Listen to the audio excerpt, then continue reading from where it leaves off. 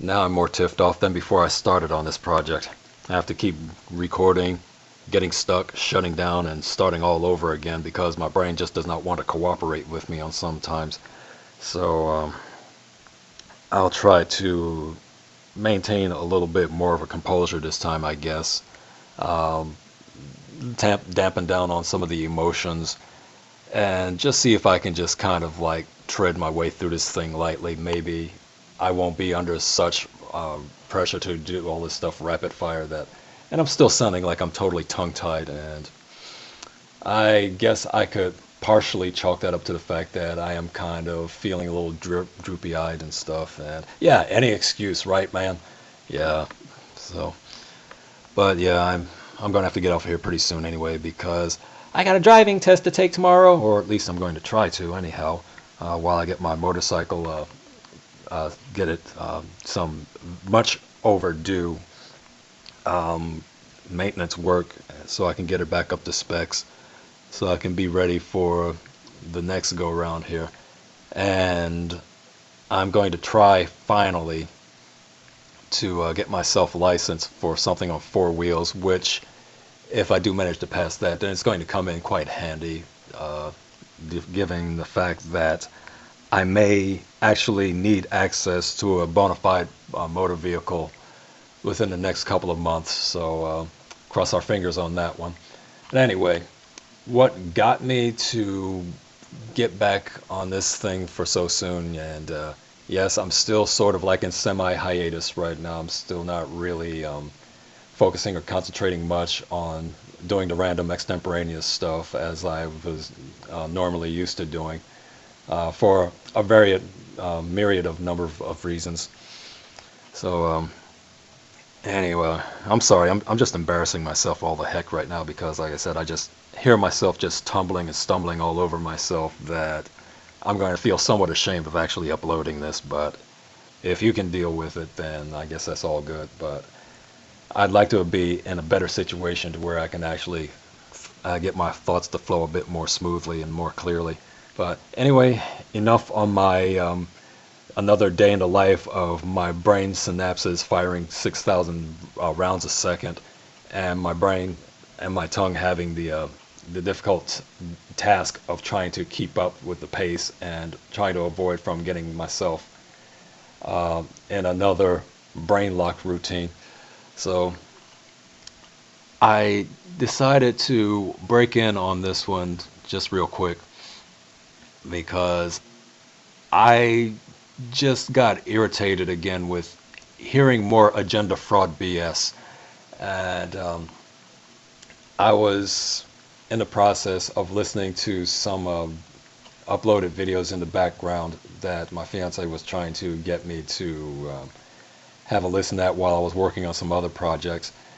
And for the most part, I just was not really feeling this person at all.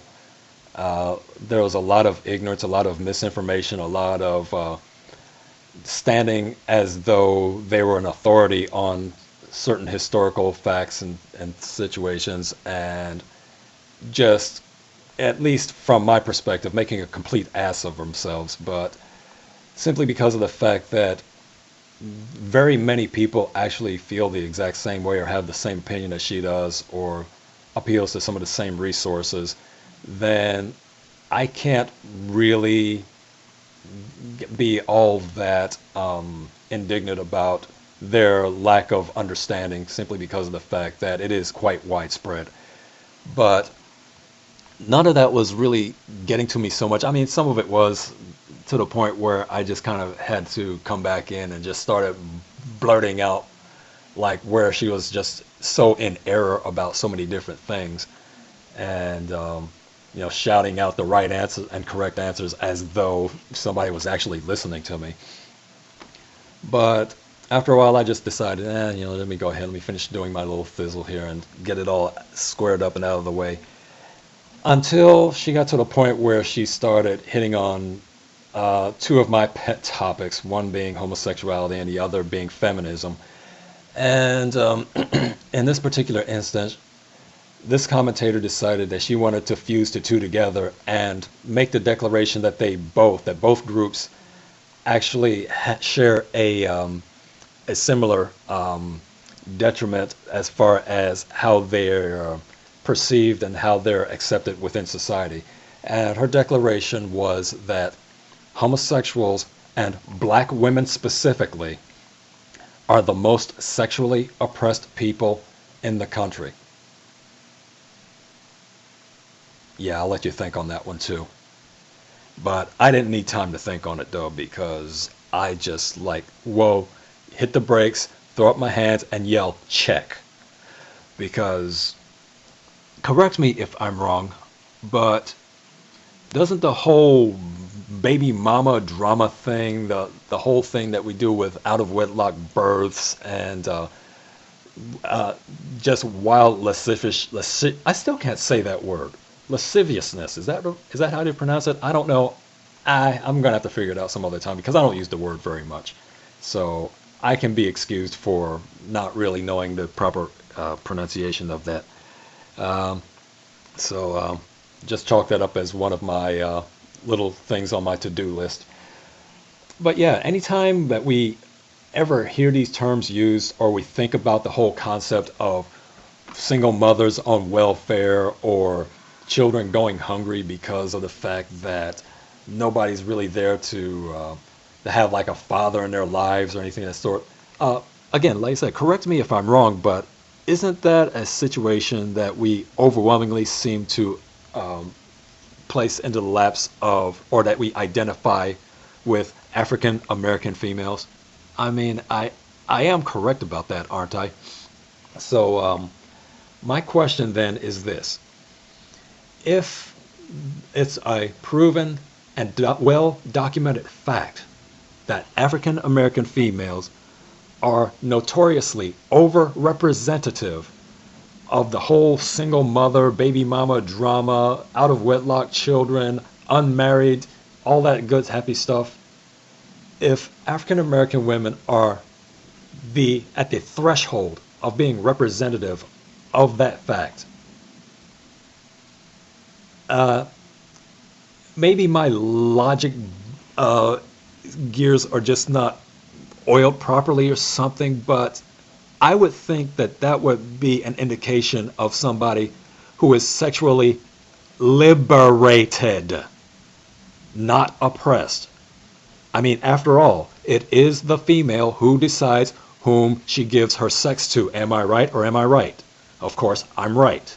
Unless in those rare instances where she has her sex taken away from her by force. And we call that rape. And there's such a thing called a rape law, which means that if you engage in it, if you are the perpetrator of such a criminal act, you go to jail.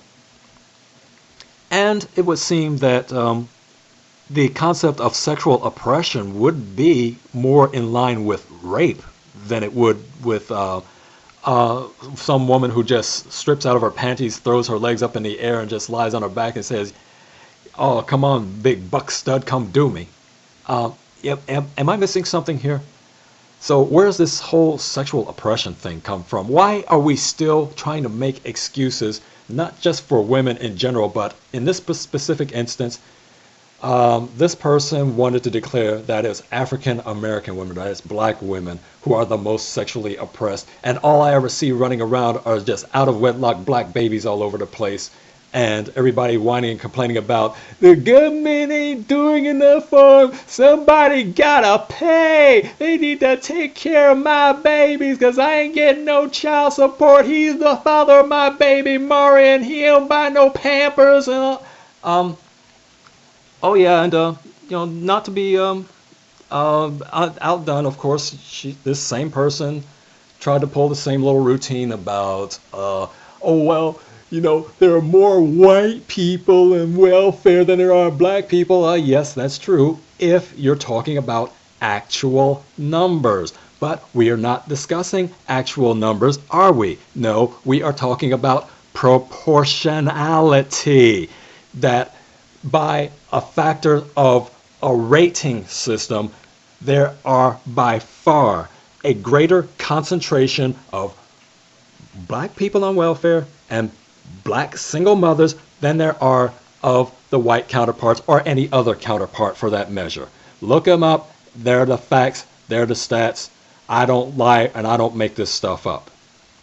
So with just all this obvious stuff in our face, all it takes is just a little bit of a tweaking of your logic brain cells to say, this person is full of...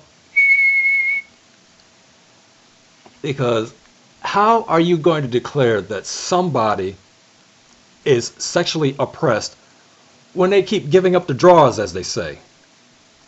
I would think that the proper interpretation of someone who's sexually oppressed is, oh, you got yourself into a marriage with a domineering, insensitive type of guy who just forced himself upon you and kept you under a lock and key like they do it in the Taliban or some mess of that sort. To me, that's like the definition of sexual oppression. Not someone who just goes around willy-nilly, throws her legs up in the air for every thug you-know-what that comes and splatters himself inside of her and then goes running off to daddy government saying, I got a new one baking in the oven, you need to help me. You want to see sexual oppression? My version of sexual oppression? Stop giving out of wedlock baby mamas any welfare help. Zero. Give them help if they were married, had children in wedlock, and were tragically widowed. In those instances, yeah, give single mothers all the help that they need. They deserve it. But just some little hot in the pants floozy who goes around and shaking her ass and trying to spin heads and all this other mess, and then just throwing up to whatever makes her panties cream at the time, and she gets a little bundle of joy baking in the oven, I say, B.I. you know what, C.H., you are on your own. Good luck. That's my definition of sexual oppression. Putting a damper on somebody's wild and carefree sexual dalliances, or dalliances, or whatever, however you want to say that. Because it's either going to teach them one of two things. It's either going to teach them, hey, there's this stuff called birth control, use it. Or it's going to teach them, well, sheesh, I ain't got money for birth control, and I don't like the inconvenience of that stuff anyway, so I guess I'm just going to have to burn with unrequited desire because I want it and I need it so bad, or I've got something to prove, or I got to try to take somebody's man away from them and everything, and now I can't do that because if I get pregnant, then I'm on my own and nobody's going to help me with this stuff. That's sexual oppression. And if you ask me, that's a damn good starting point. Why don't we give that a try as far as I'm concerned? Maybe we'll see an end to a whole lot of these impoverished neighborhoods, and maybe, just maybe, we might see black folk, and especially black men, getting up off their lazy asses and actually doing something to make a positive difference. End of line.